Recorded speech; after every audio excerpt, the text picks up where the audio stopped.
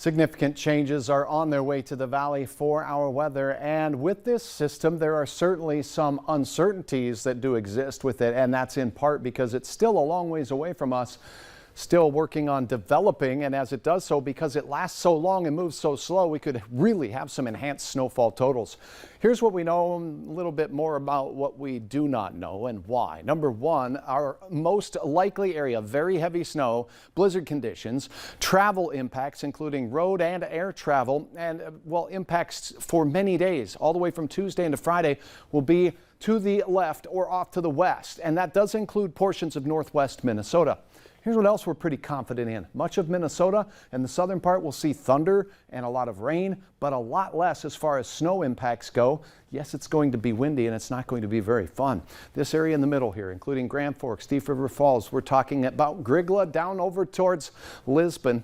That's the area of highest uncertainty. Why? We're ramping snowfall totals down from 2 feet or more down to 0. That's right. So anywhere between 0 and 2 to 3 feet of snow on its way. Here's the hour-by-hour details as the storm works its way in tomorrow. Low pressure down here, south winds, warm air, rain, and even some thunderstorms, some strong ones down in Iowa and portions of South Dakota. We'll have snow developing in the afternoon and evening hours, and it will be prolonged out in the western part of the Dakotas where blizzard-like conditions will be ensuing already on Tuesday, the drive time. Fargo still on the rainy side of things.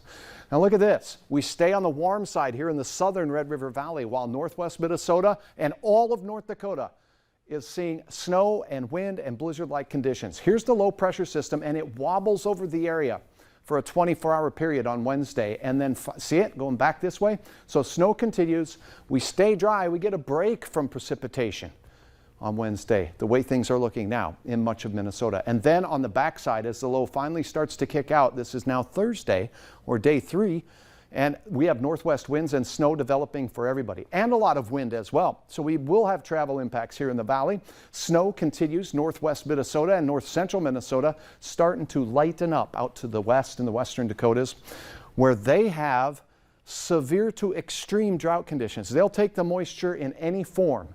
They're going to get quite a bit of it as well.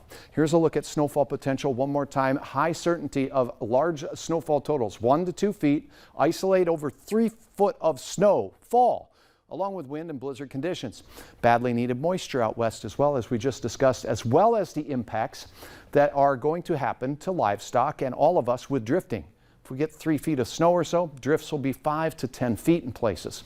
Now, a quick ramp down here in the uncertainty zone. That includes northwest portions of Minnesota right through the James River Valley. If you're in this Highway 200 corridor, even western parts of Cass County, I do believe we could see a very sharp ramping up of snowfall totals, a trace to 3 inches in the southeast counties, as you know.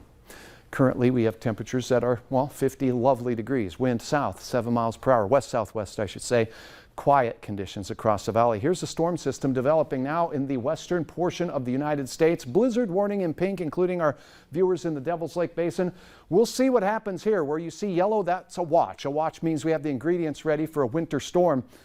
We may be upgraded in some of these counties as well, and lower impacts to the south and east. And I'm not convinced Fargo won't see significant impacts. And as we go through the day tomorrow, oh yeah, we may have blizzard warning in North Dakota and tornadoes possible. Iowa, southern Minnesota, a lot of hail in southern Minnesota as well. Our area, snow north and west. Rain south and southeast. Maybe some rumbles of thunder in our viewing area, but nothing severe.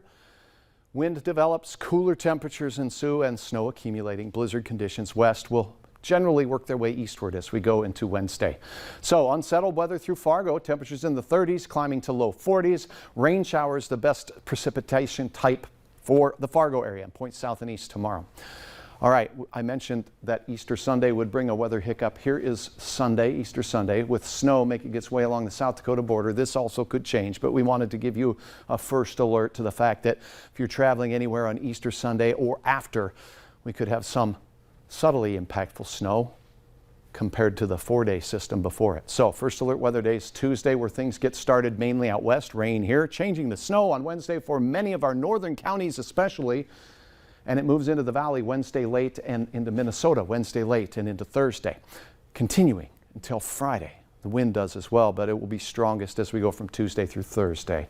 A break on Saturday. The Easter Bunny may have to jump over a few snowbanks on your Easter Sunday. 33 degrees as you're, well, celebrating. And then on Monday, 35. Mike, we'll keep you updated. Just keep in mind, this forecast is going to change. It's a 4-day system. Temperature, precipitation, moisture, all that will play a role along the path. Wonder how many people are going to have to rearrange their garage again. They've already put their snowblower in the back. It happens. No comment. Oh, you? Yeah, Me yeah. too. I'm still waiting for mine to get fixed. All right, thanks. Up next, how much more you're going to have to scramble these days to pay for your eggs.